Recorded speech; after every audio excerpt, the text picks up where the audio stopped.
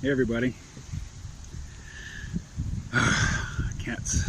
Cat's complaining to me about something. Come on over. Come on over. Yeah. Come on. Come on up. Yeah. Come on. All right, there you go. We can start the video.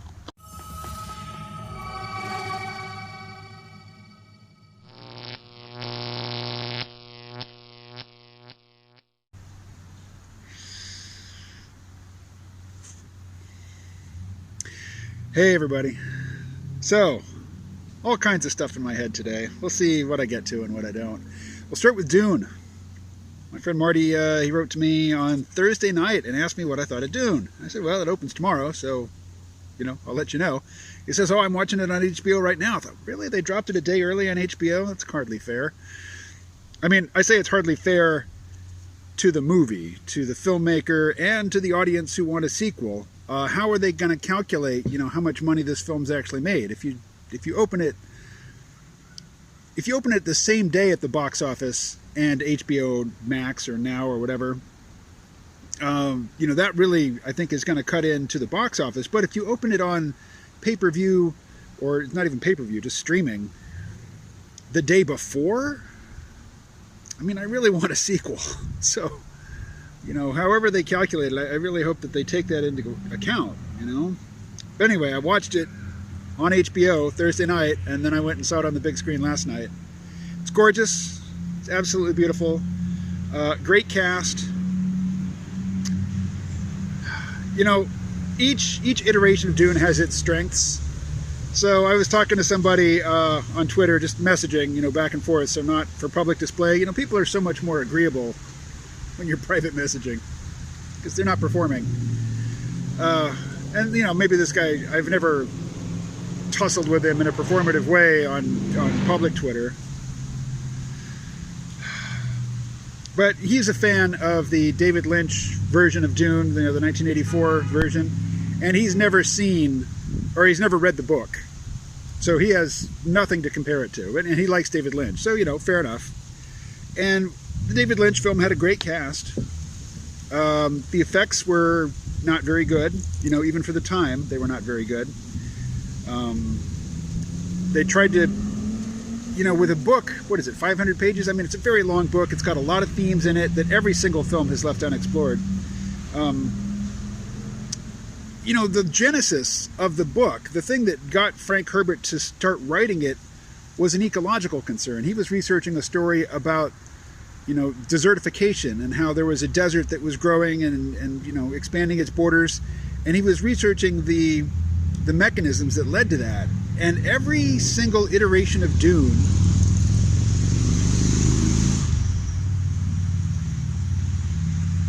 David Lynch's 1980s version, the sci-fi miniseries version from the early part of, I think it was the first one came out in the year 2000, and then Children of Dune was 2003. Every single one of them really seems to focus in on the political aspect. And I would think that in, 2020, 2021, I mean, the film was originally supposed to open in December of last year. So they, they were shooting it, I would guess, in 2018, 2019, post-production throughout 2020. But you'd think that this would be the moment to really emphasize the ecological aspect. And, again, it's largely skipped over. And who knows what they'll do in part two. But what I really like, and here I am, I'm talking about the new Dune, and all I've mentioned so far is the older versions. So the new Dune, it's beautiful. It looks great. The thing, I mean, this is going to seem like a backhanded compliment, but they really got the ornithopters right. When I read the book, the impression that I got of the ornithopters was they were like mechanical birds. They flapped their wings. And I think visually, that's just not going to work. Probably physically, I mean, clearly birds do fly, but if it was efficient to build airplanes after the mechanism of a bird's flight, we would have done it by now.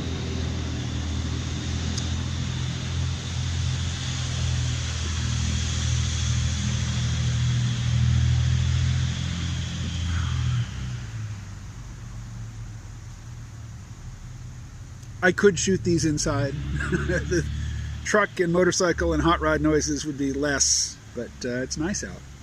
It is 53 degrees Fahrenheit. I don't know what that is in Celsius. I'll put it on screen here.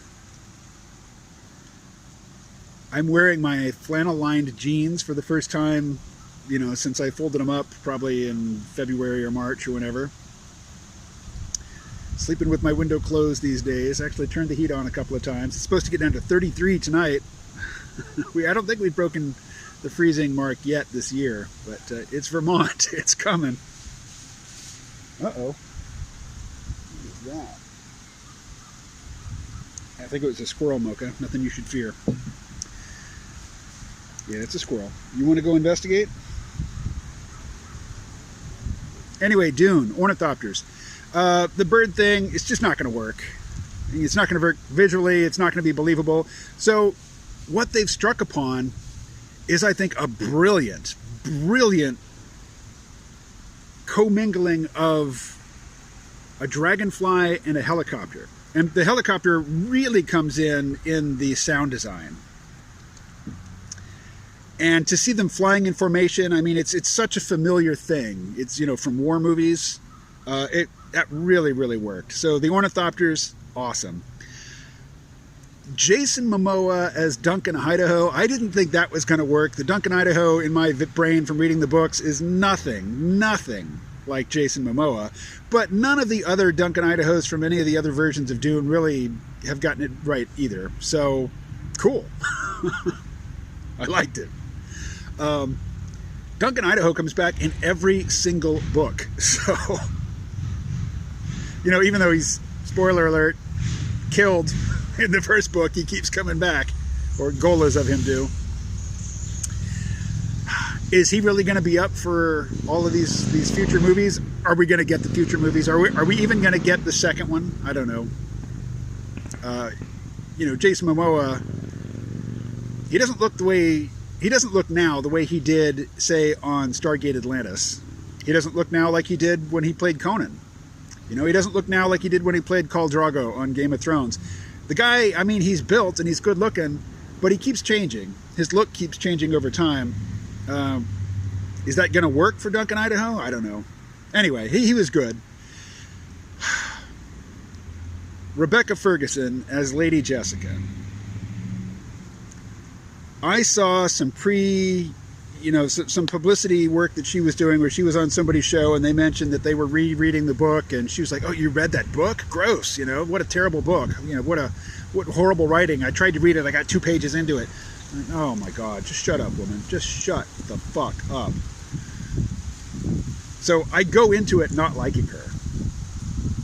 The character I love. The actress. You know, her acting was good. I can't really complain about the acting. I would have to say it's in the directing of the character. She's always like on the verge of tears, or just racked with fear for her son, or, you know, grief for her dead husband, or, you know, conflict being torn between her love for her family and her service to the Bene Gesserit. And, you know, she is a Bene Gesserit. She's supposed to be a fully trained, like, functional, inspected, out of the box, ready to go Bene Gesserit. And she just doesn't seem to have the emotional control. And I'm sure that Ms. Ferguson, if directed to play the character with more emotional reserve and control over herself, she could do it. And she's never in control.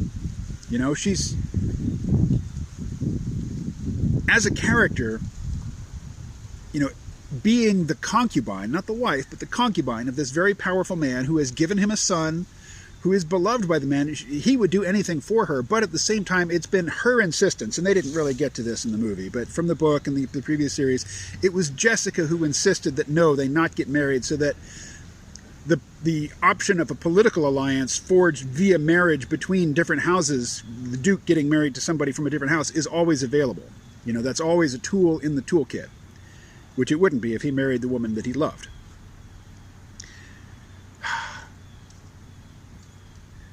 The whole, you know, the Bene Gesserit providing concubines to powerful men. The concubines seem to have no political power. Formally, they have no power, but because of their training, because of their understanding of psychology, because of their ability to choose the sex of their offspring, they have great power. And while I think the Reverend Mother aspect of the first film was done well, and the Bene Gesserit wasn't explained very well, but I think they did a really good job in a short period of stressing the fact that Paul gets to go down to Arrakis and be the white savior because the Bene Gesserit have been laying that groundwork with their Missionaria Protectiva protocol for centuries.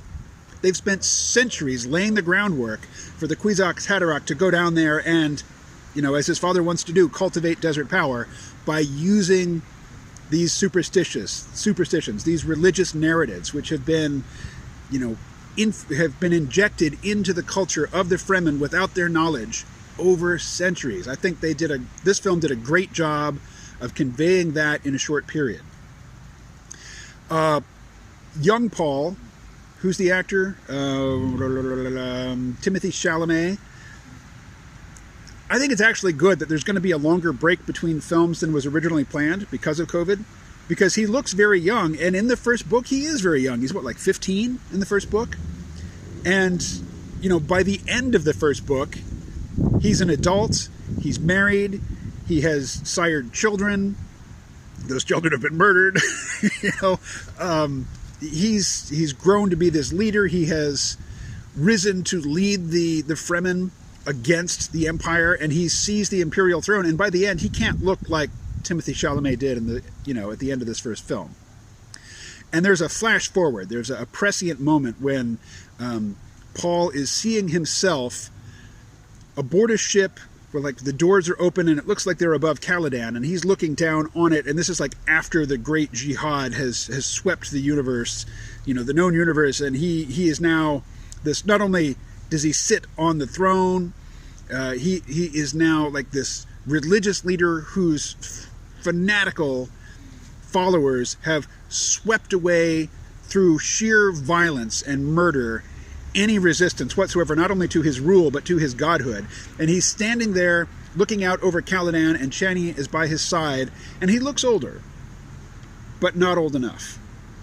So I think that, you know, having an extra year or two between the production of part 1 and part 2 of the first book, I think that's going to be for the good. Other than that, Liet Kynes, you know, race and gender swapped, fine. I had no issue with that. I mean, they didn't make a big deal of it, and I don't see that it affected the story at all. I got no problem with that. Got a problem with that. But that's a working vehicle.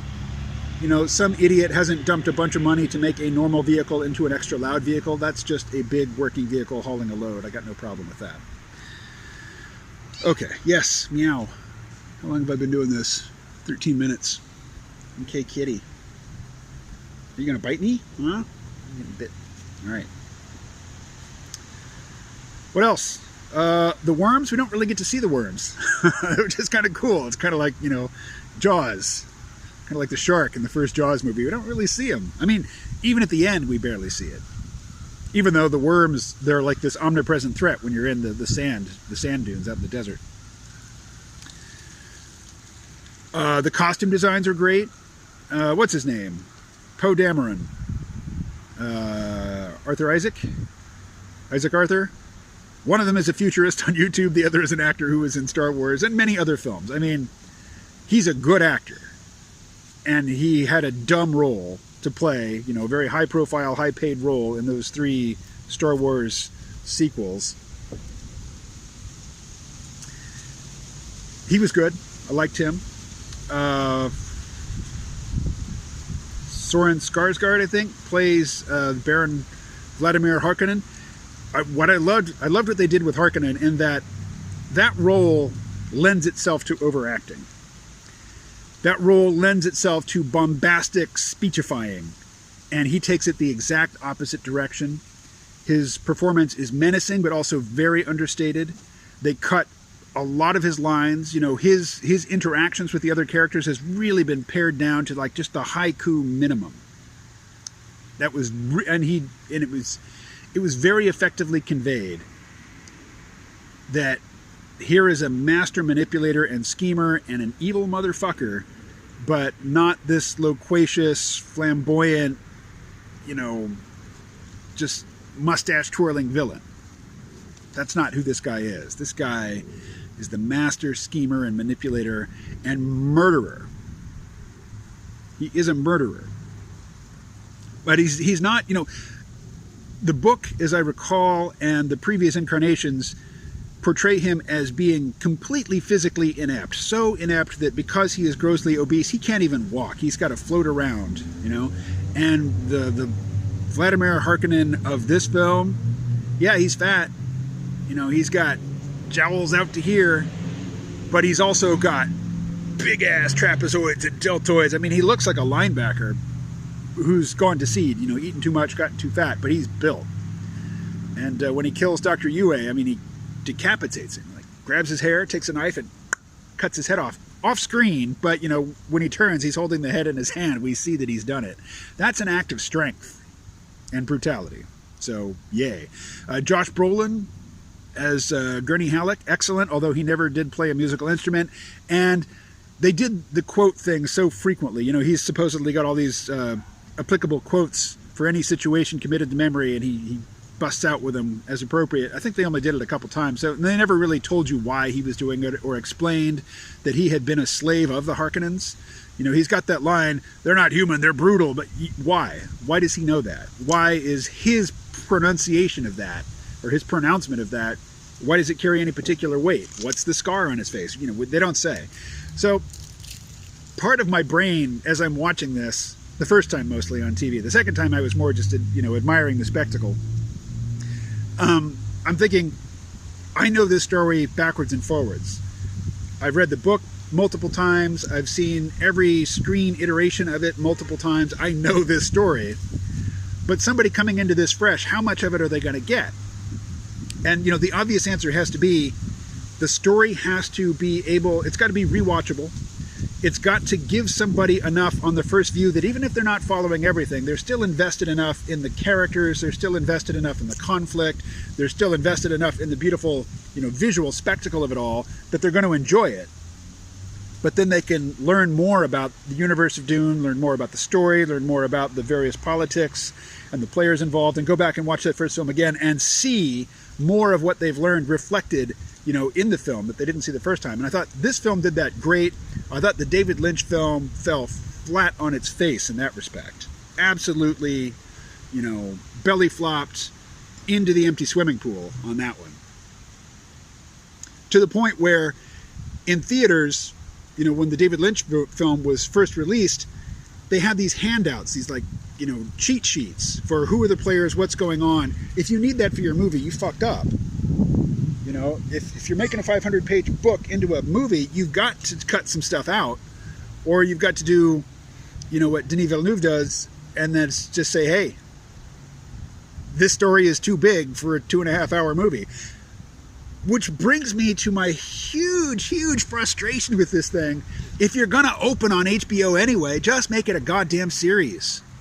We have Game of Thrones. We've got Game of Thrones from over 10 years ago now to demonstrate that you can take a big story and really play it out over years and years, and people will stay invested as long as you're doing it well.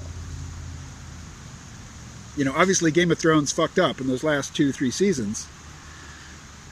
But, the model is there. You don't have to take this big story and condense it down into a movie. In fact, the streaming services would much rather have an audience for 12, 13 hours than have an audience for 2.5 hours. So I would very much like I hear there's a 5-hour cut of this first film. I definitely want to see that. I want to see it today. Put it on HBO today. But rather than a second film, I would just rather see it shift to the screen, the small screen, and be a series. I would much rather see it, I would much rather see 10 episodes of Dune Part 2 than another 2.5-hour film. So, in terms of the visual spectacle, the only thing I'm really looking forward to, the only show that I watch right now that comes out once a week, and I know what day it comes out, and when I wake up that day I'm thinking about that show, is Foundation. And, you know, what Foundation really had going for it was beautiful, beautiful imagery. Particularly when you're just seeing the trailers, and maybe you read the books, but, you know, you don't know how the show is going to change the source material. You don't know who these characters really are. You don't know what events you're seeing. And it's just the visual spectacle that you're responding to. You know, Foundation was just amazing as a trailer. And now I'm into it as a series, but now I'm into it for the characters and for the plot, you know, for the story. And I'm not coming back to it week after week for this visual spectacle. Now I'm just used to the spectacle. But boy, Foundation is lucky that they got a few weeks jump on Dune, because Dune Dune kicks Foundation's ass in that department. So, you know, good for Foundation. They got, you know, they got a running start. They got a head start on Dune. Wow, I think my voice is starting to go, which is unusual. I talk for long periods. Anyway, well, I'm 21 minutes into this anyway, so that'll be it. I didn't get to any topic other than Dune. I had many in mind, but hit me with questions. I'll respond to comments. Talk to you later.